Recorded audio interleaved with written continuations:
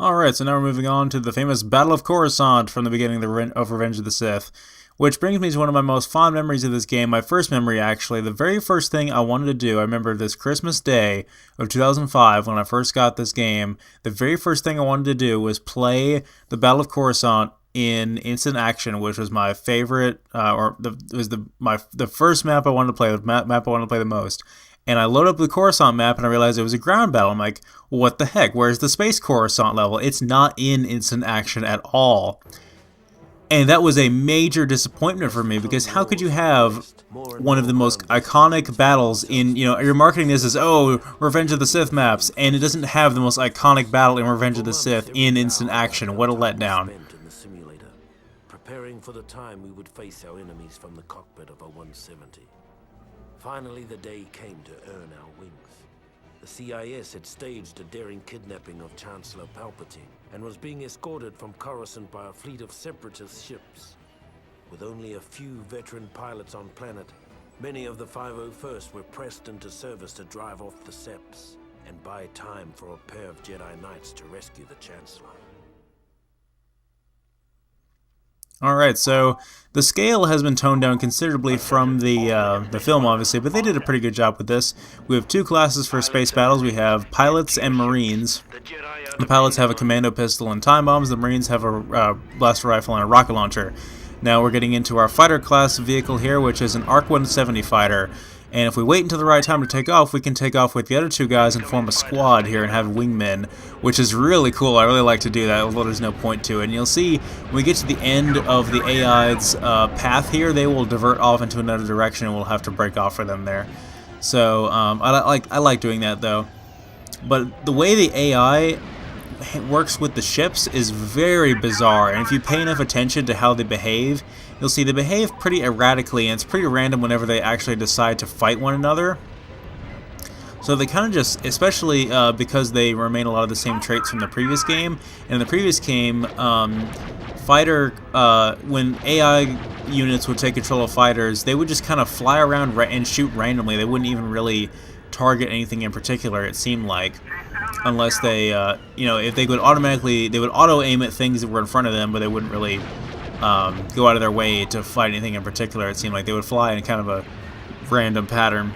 In this one, the spawns of fighters some of them are scripted, and some of them are, they take off from the hangar, actually, and they actually have they're all controlled by the AI, all the AI units, though, but some of them you'll see will just sort of teleport into existence around you to make it to where the action is kept near the player, which is kind of strange. I'm not really sure how the game does that to this day. Anyway, the ARC 170 fighter, I love the design of this ship. I love everything about this ship. It's not quite as maneuverable as the Vulture droids they have here. And it has photon torpedoes as a secondary weapon. But the design and implementation of this ship in this game actually is another one of my kind of complaints, because and I'll be getting to this when we get to the next space battle, when we introduce the other classes of vehicles.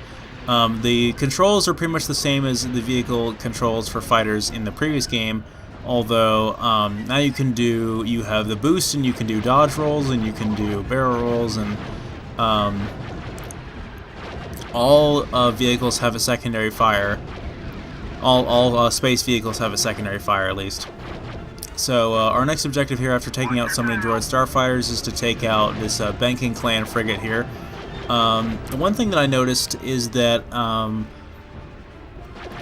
while the Republic's capital ship, which houses the spawn point and the fighters, is a Venator-class Star Destroyer, the Separatist capital ship that houses its fighters and spawn point is Invisible Hand, which there's supposed to only be one Invisible Hand. It's the Separatist flagship. It's General Grievous's flagship.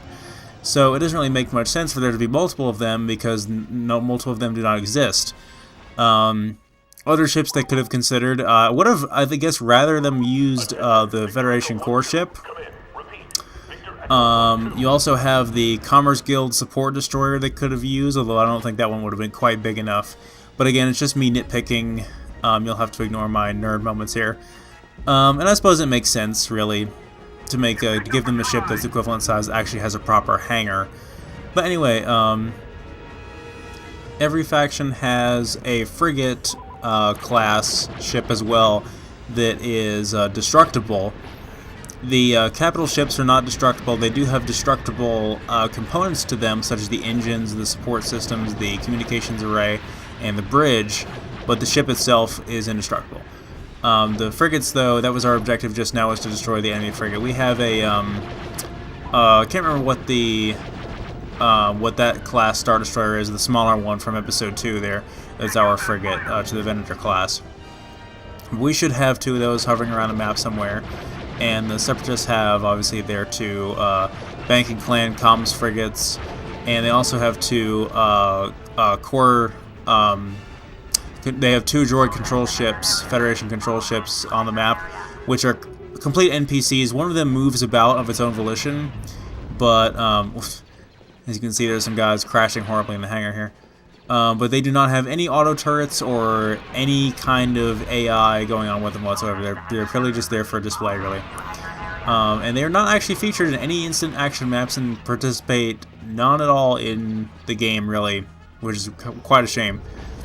It's just really there for aesthetics and screen accuracy.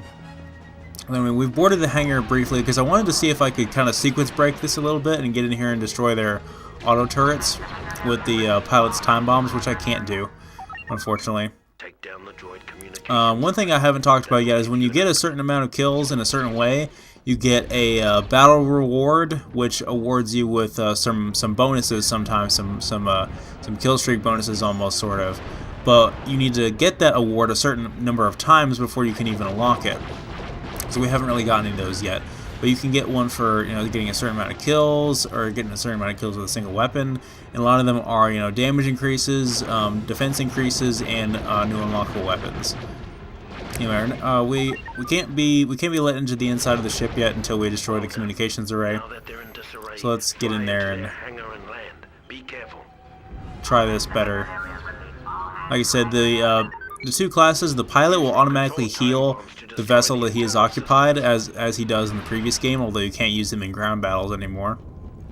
He has a fusion cutter for repairing the ship when he lands, if he chooses to. And he can also, new thing about the fusion cutter in this game is you can slice into enemy-occupied vehicles that are not spawn point vehicles like dropships and the base vehicles like the AT and whatnot. And you can eject. You can only EMP the vehicle, but you can eject the pilot from it. It's a really cool feature that is rarely utilized by the AI. But it's actually really easy, depending on how big the vehicle is, depends on how long it takes you to slice into it. And starfighters are actually really easy to slice into. Anyway, if you chose the Marine class, he has a lot more firepower. He has a blaster rifle and a rocket launcher. And he's pretty much my dream class come true because he has every weapon I like. He also has, I believe, 2 thermal detonators. He does not have nearly as many thermal detonators or as many rockets for his rocket launcher as a heavy weapons unit would have. Anyway, I'm going to try to take it slow here. Like I said, there's several different classes of fighters, but in this particular mission, each side only has the regular starfighter class, the standard starfighter class.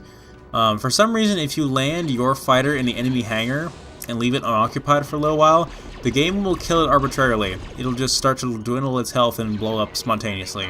And you'll have to commandeer an enemy vehicle if you want to escape alive, which is usually not a big deal. But anyway, we have, I think, one of our perks going on right now. No, we don't. Never mind. I thought I could saw like the red aura around us, but we don't have it yet. I think we just picked up a damage increase bonus that dropped there, the red canister. There are several auto turrets hanging from the ceiling, but when we destroy the auto turrets there in the main control room there, those are actually the auto turrets on the outside of the ship. We can't disable the ones on the inside. They remain until we destroy them. Then they can be repaired by the enemy units. It's actually one of the only space battles in the game where the AI knows how to repair the auto turret defenses using their fusion cutters. So now that I've turned friendly fire off, I can't be blown up by my own time bombs, and I can go and stand right in front of them while I destroy their, what do you call it? Grab a fighter and destroy their engines there. The enemy cruiser. So yeah, you can, the main strategy for, they call it assault mode in the space battles and instant action, is you can just sabotage the enemy vehicle from within by blowing up their life support systems, their shields, and their engines from within. Certain things you'll have to access from the outside, though. Our final objective is to get back in the fighter and destroy the enemy bridge. I wanted to demonstrate the mannable turrets here. There are some auto turrets, as you can see here, and there's also turrets that can be manned by AI units. There's also big, heavy turbo cannons on either side of every capital ship, which don't really end up doing a whole lot inconsequentially. Their objective is in one space battle mission, but they didn't really do much else, unfortunately. So I like this type of turret, the regular blaster turret. There's a rapid fire turret and there's a beam turret as well. And rarely does the AI really do anything good with these. They just kind of pilot it for a minute and then they just get out. The auto turrets actually are pretty effective at taking down AI controlled starfighters though, but rarely do they. If you disable them, they're pretty much done for. The first thing you should do in every space battle is go destroy their auto turret defenses so you can actually attack their capital ship with a bomber. There we go. Right before I died. And that's the end of it. Both sides, if I didn't say so before, have unlimited reinforcements in this mission, so you cannot fail. That's why they gave you the option to skip it, as I said before in the previous level. So you can sit there and dogfight all day long if you want to get practice, which I highly recommend. And it's a lot of fun. Kenobi and Skywalker took advantage of the opportunity we'd created and rescued the Chancellor. Took all the credit too.